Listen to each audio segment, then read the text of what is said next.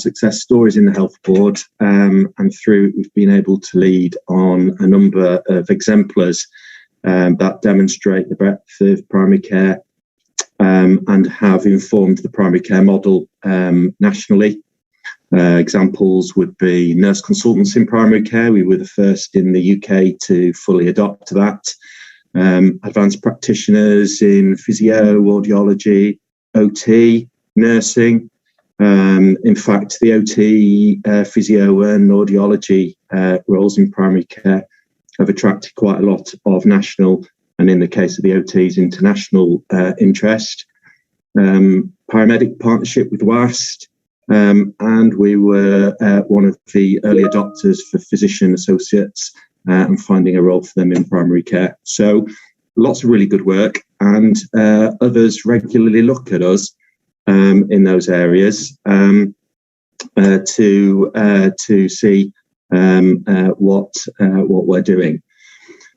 It has already actively contributed to our primary care workforce, both in terms of creating new roles, but also in terms of bringing in some people who were looking at us as being forward-thinking in this area. But it doesn't go far enough, and we've already talked today about the demand for locums in primary care, which is likely to increase. And the need to build upon the academy is what informs this business case. It sets out our ambition to grow the work we've already done over the coming years so that we can move more people through. You'll see that there is an addendum in the pack. The addendum outlines an approach to demonstrating business realisation as the academy progresses, so that we can give assurance against the significant financial resource that's being required, and to avoid any doubt. A failure to demonstrate a satisfactory return on investment would see us cessating those areas of work and the funding that's been allocated. So on that basis, I think I've said what is necessary to then be able to open up to questions. Thanks for that, Chris. I'm going to go to Sue first, and then I'm going to invite John into comment as chair of PFIG, because I know you've scrutinised this business case. So, Sue. Thanks, Chris. I suppose just building on what Chris has just said. So the case before us is for a primary care academy. As Chris has already alluded to, this has been something that has grown, it has evolved, and it has done so in a purposeful way, very much ensure that it can demonstrate its worth, but also demonstrate what it is capable of doing whilst maintaining the level of quality. I think there's three things I want to say. One is, from a BCU point of view, we've already talked about sustainability of our primary care, and not just the sustainability of our current primary care provision, but the increase that we need in order to provide a population health need-based service-driven service. We will need to increase our provision across primary care, and that's not just general practitioners. It is across the whole range of roles, provide care for people in the population. This is absolutely pivotal in terms of our strategic intent to grow our own staff, but also to develop staff across the health kind of ecosystem. The second thing I would say is that it is also part of our strategic intent to really, for want of a better phrase, punch our weight in terms of education and the development of a fantastic educational experience, which also forms part of both our recruitment and retention, as well as our corporate responsibility. And then finally, from my point of view, and I've had the privilege over the last 12 months of being joint chair of the workforce stream, strategic primary care programme at a national level. Work that the Primary Care Academy and Gemma and Claire have done together with the work that they've been doing across our broader medical education and peace and health sciences, is really, really highly regarded at a national level and is actually seen as a model that others want to build on. We will only need to see an increase in that, particularly as we look at accelerated cluster development, particularly as we look at decisions taken closer to the person. And I think whilst I recognise that there are concerns about the level of funding, as Chris has said, this is very much on a benefits realisation gateway approach. But I would really, really want to re-emphasise how this supports our strategic intent as a health board. Thank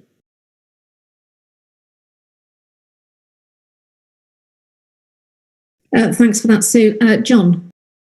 Thanks, Lucy. Thanks, Chris, for introducing this. I think at PFIG, we had some great concerns around this business case, not from what it's trying to do, but more in terms of how it was going to be funded. And I think, although we were very close to rejecting it, the process to get an addendum to clarify things has helped enormously in getting assurance that this is funded appropriately from within existing money from Welsh Government and our existing budgets, and that we're not committing to additional expenditure that was unfunded going past the 23-24 financial year.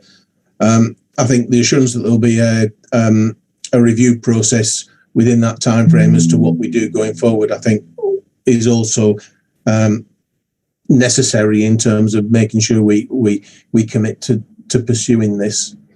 That said, I think there are a couple of questions I've got as well from what we got in front of us in terms of accuracy. One on the sheet, cover sheet, on top of page 2, it talks about embedded documents have been removed because it's something we commented on at PFIG. They haven't been. They're still there. Examples of page 8 and page 13. And then on page 4, with the financial implications section, I still think there's some accuracy there because it talks in terms of but help will evaluate the benefit of the investment ahead of the development of IMTP for 24-27. Well, if we approve the IMTP that we're going through it as a process now, that'll take us through to 24-25, not 23-24. So any subsequent IMTP will be for years 25 to 28. So the timescale's wrong, I think.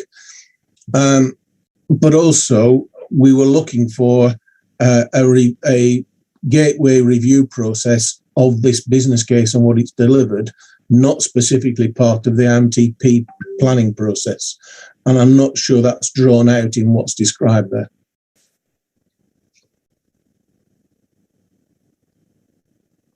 Over to you, Chris. Sorry, took a while to come off mute. Thank you, John. That last point, I agree. I don't believe it is.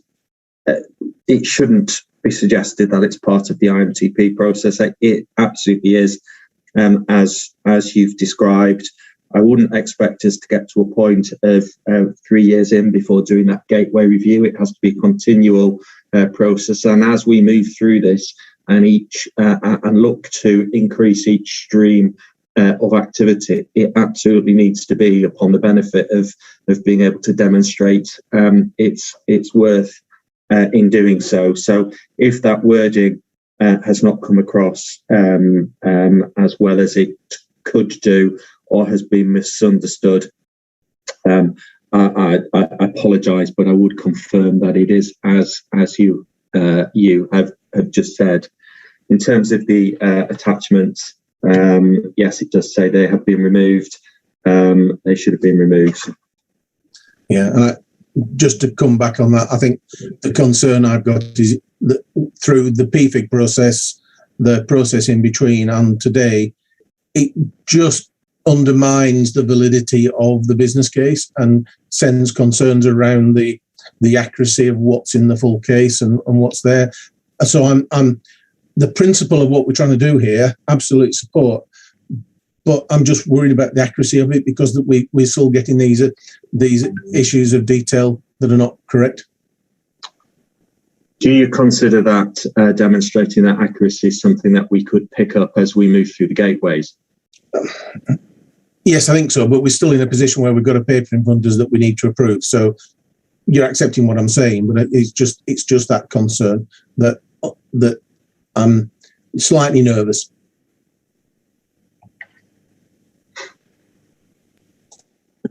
Okay, thank you for that. I'm sorry, I don't know who came first, Nikki or Richard, but if I bring Nikki in, please. Thank you, Lucy. So I agree that the need for this expansion is vital for our service delivery moving forward. I have two questions, the first of which links through to what John was talking about. On page 24 of the business case, you've got the measurables in terms of the success of the proposal will be measured, for example, on the number of professionals choosing to follow a career in primary care. But I couldn't see where the pull-through was to what that number will actually be.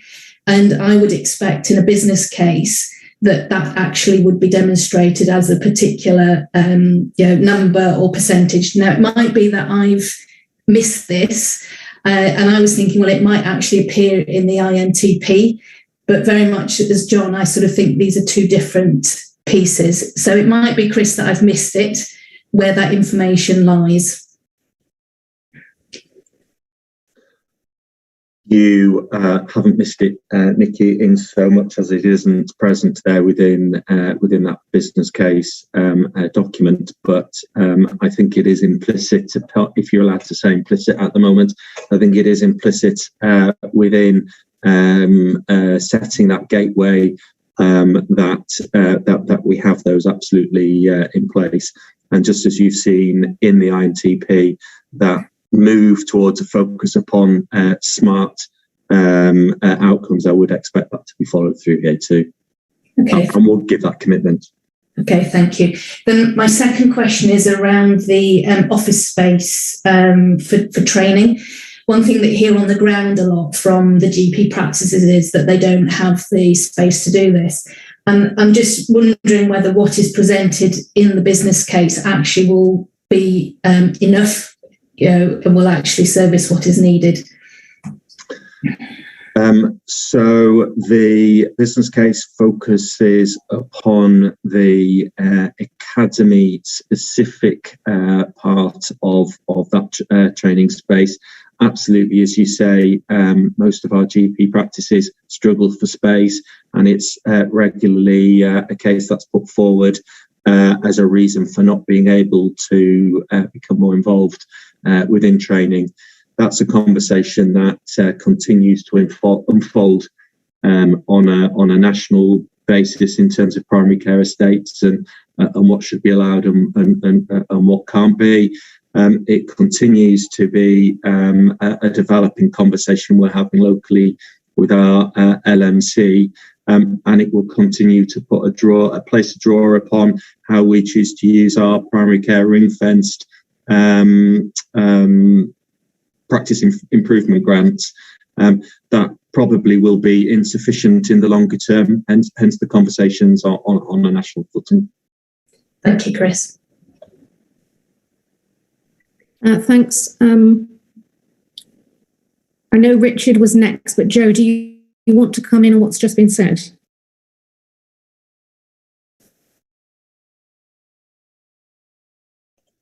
Very briefly, just to say that one of the improvements we've instigated as part of the current IMTP process is a slightly different approach to business planning templates. This development is an older business plan development taken from the current year's IMTP as opposed to the IMTPs going forward. So some of the issues that have been raised around content and embedding of documents and so on will be resolved by the use of a very different planning template going forwards. So I just wanted to let people know that piece of work is in train. Thank you. Thanks, Jo. I'm sure that piece of work will be most welcome to both those of us who have to read the business case and certainly those who have to write it as well. I hope the improvement includes condensing it somewhat. Over to you, Richard.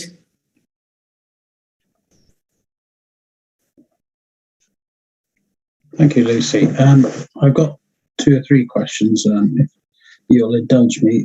Firstly, though, I'd just like to say that I agree absolutely, totally with everything that John has just said, and I also welcome what Jo has just said, which I think would be a positive step forward.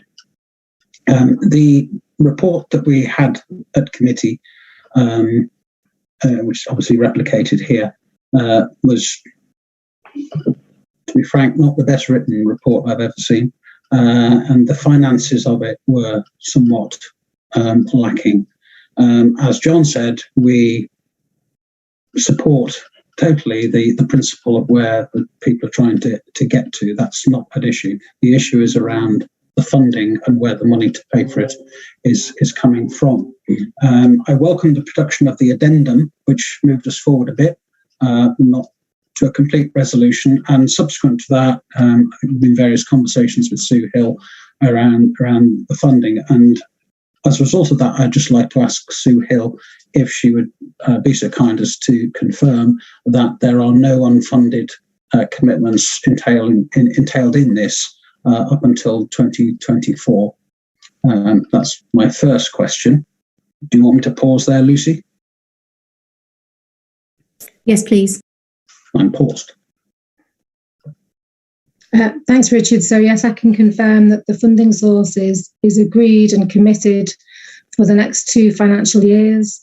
About just under £1 million of it is coming from a recurrent source, and about the balance, which is 2.6 million, is coming out of the strategic support from Welsh Government, which is around transformation. So it's absolutely an appropriate use of the money.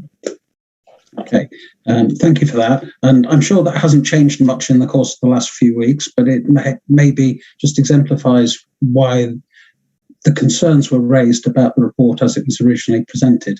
Had it been written fully in a financial context, we wouldn't have had these queries. So, as I said, I welcome what Jo said about how things are going to develop going forwards. My other 2 questions really about what happens beyond this initial period of time.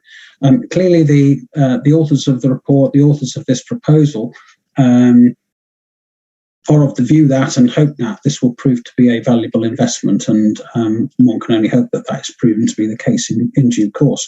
But there is a possibility that it might not be proven to be worth taking forward. So my question is around what are our exit strategies for getting out of it, should that prove to be the case.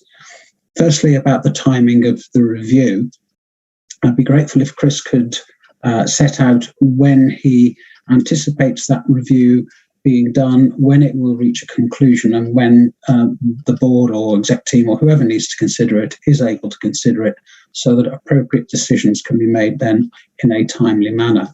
And secondly, assuming again that it doesn't go forward, what would be our exit strategy for getting out of it, thinking primarily about the various contracts, whether they be staffing contracts or supply contracts that might be entered into to facilitate this in the course of the next few years. How would they be structured so that the board is able to get out of this, if that is the way that it subsequently pans out? Would they, for example, be fixed term contracts? Thank you. Okay, quite a lot in that. So I think I've written it all down.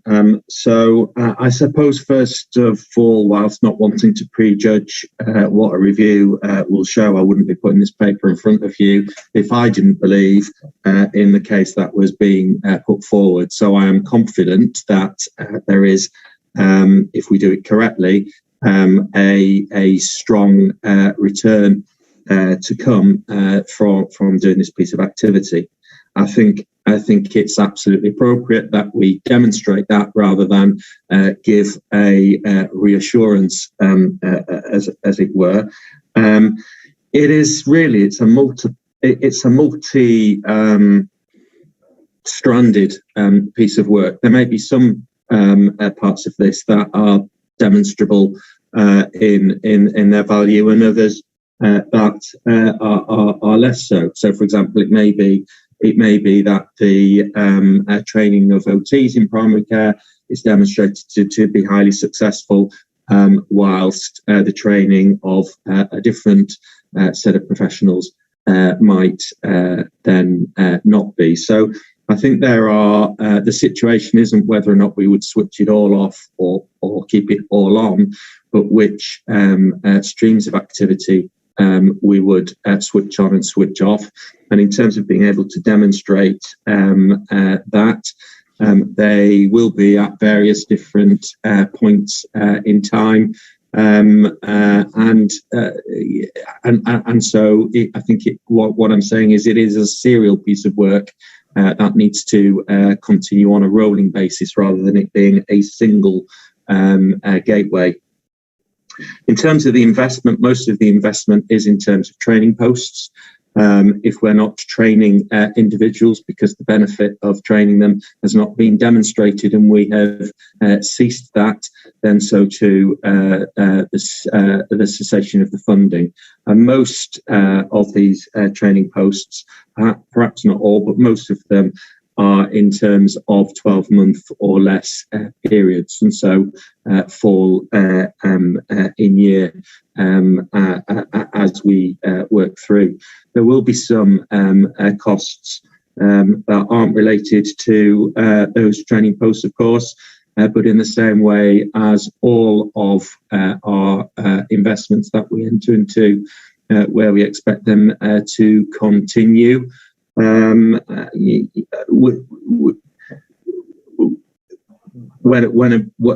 a benefit is not demonstrated, then we need to look at that service and establish the disinvestment programme according to what we see in front of us. I feel as if I'm giving you a little bit of a vague answer there, but it's difficult because there are multiple strands within this, and it isn't simply a case of switching the whole lot off or keeping the whole lot running. But I would be happy to have a conversation about how some of those would work through upon on paper, though probably not within the scope of today's timescales. Okay, thank you very much for that. I'm a little unclear though how, given that we're in 2-3 years' time, we'd be into a period of time when there is no funding currently identified. How we would be assured that we had successfully withdrawn from all activities and costs, if that is the way that it pans out? I accept what you said at the beginning of your answer, that you have confidence that it will demonstrate its worth, and that I'm sure will probably be the case. But just in case things don't work out that way, if we're looking at everything in a series of different strands at different times, with lots of different commitments that expire at different points, I'm not sure how we have an effective exit strategy that gets us out of these ongoing costs if needs be. I'm not sure with many of the business cases that we put forward that we have a clear exit strategy that is identified quite that explicitly at an early point, because it's an evolution. I think the commitment to doing the gateway reviews and being clear that we no longer continue to fund something that isn't demonstrated to be a worthy enterprise is the essential part, and the part that I would be 100% committed to.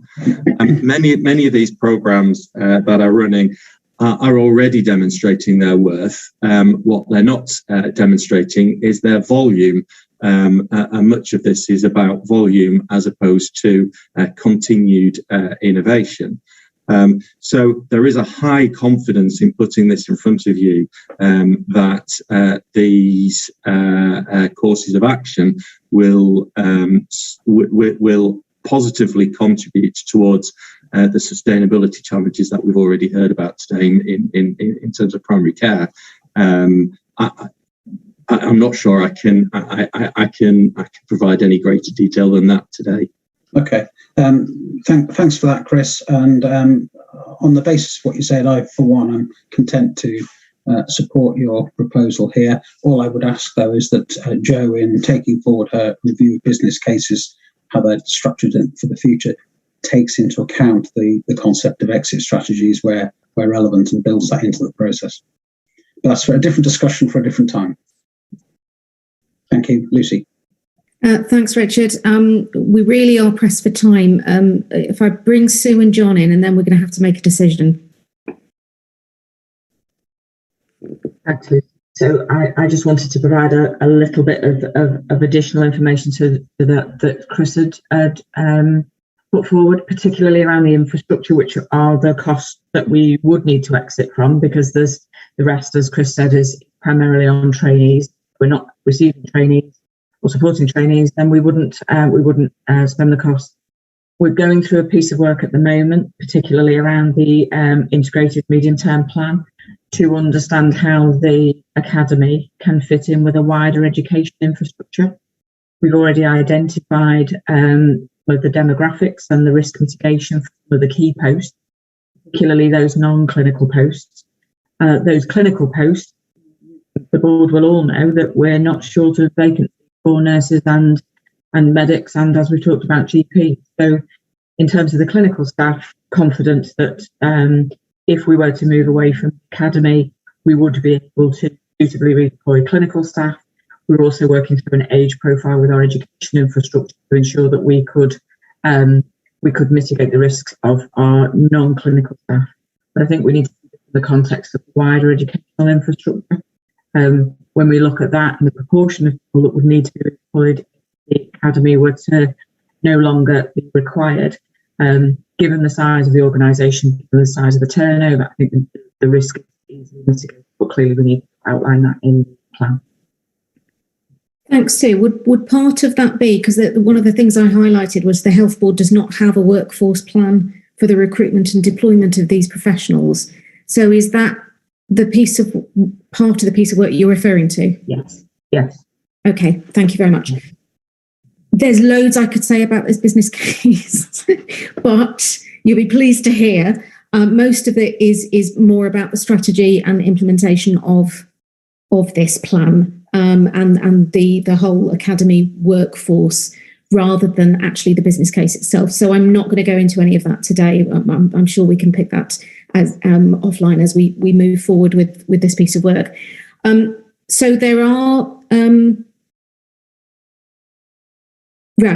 just noting a comment there from John. So there are some queries about some of the information that's been presented to us today, some gaps that have been identified, recognising that some of it has not been ideal, and we've talked about the format of the business cases going forwards being changed.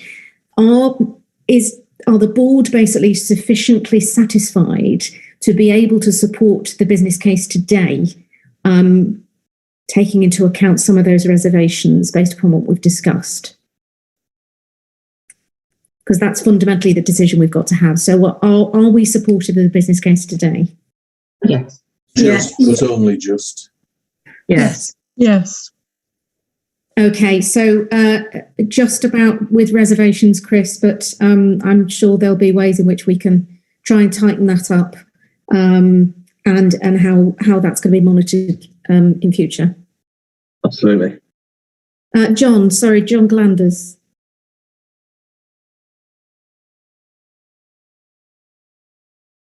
Have you got your hand up, John? Apologies, old hand. Turn it down now. Okay, thank you very much. So that the business case has been approved then for progressing the primary and community care academy. Thanks very much. So we've got we're almost there, folks. The Audit Wales Structured Assessment and Annual Audit Report is the next item on the agenda. Andrew Doughton, unfortunately, is unwell, so is not able to present this item to us. And they have asked Louise and I if we are content to accept the report for noting, which we have agreed to do.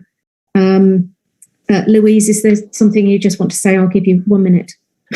No, not particularly, and very conscious of time. I mean, colleagues and board colleagues have had a good discussion on the structured assessment, particularly at the last board workshop. So so we have done that, and the audit report is just the additional piece there. But again, a lot of that was actually touched upon in the structured assessment. So I would commend it to the board today.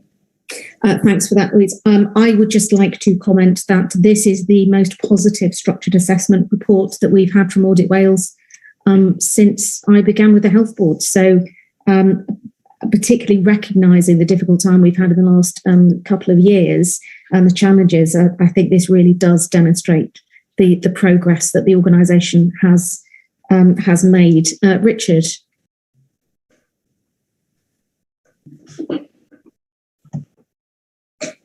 Thanks, Lucy, and sorry for clogging up the time process again.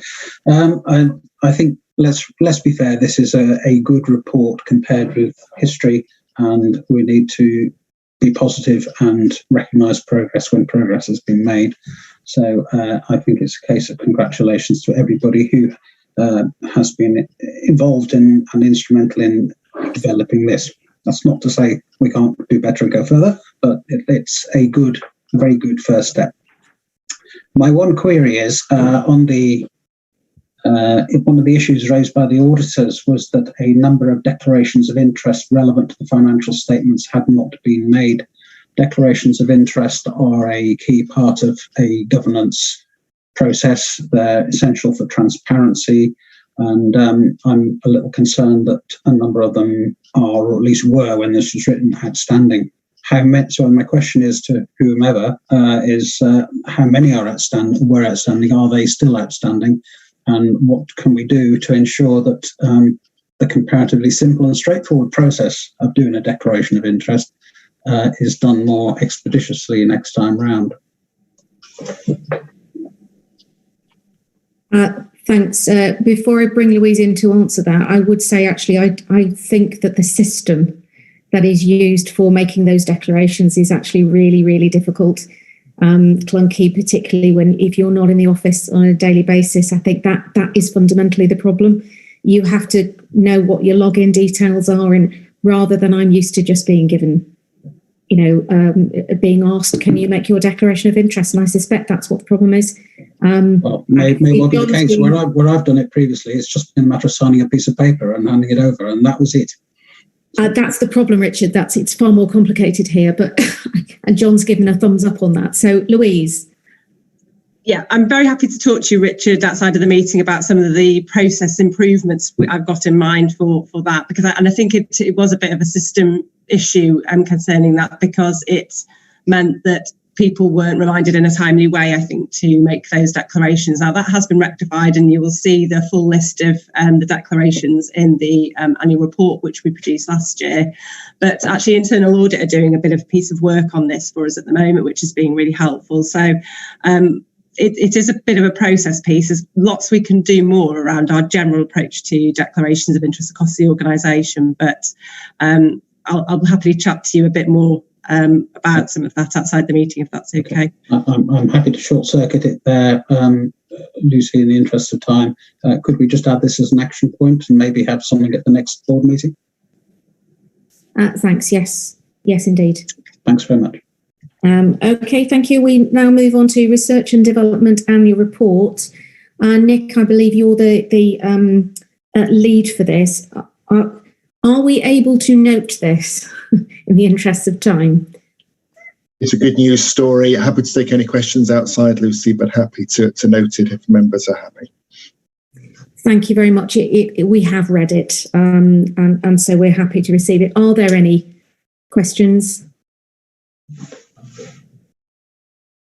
No, that's great. So thank you very much for that. So we've I don't think there are any specific items to refer to committees, but I will go through that with Philippa outside of the meeting when we review the minutes, just to make sure. We have review of risks highlighted within the meeting. I think we've discussed some of those specific ones And again, we'll make sure that those are clearly documented. I'm going to suggest, in the interest of time, that we pick up on any feedback on the meeting effectiveness outside of the meeting, so we can take those forward. We then have the summary of private board business to be reported in public, where we're asked to note the report, and which we so do. And the date of the next meeting then is the 10th of March 2022 rather than 2021. And then we move on to exclusion of press and the public, that representatives of the press and other members of the public be excluded from the remainder of this meeting, having regard to the confidential nature of the business to be transacted. And we move into private session. So thank you very much to everyone. We will finish the public meeting at this point and dial off and dial into the public into the private session. Diolch yn fawr.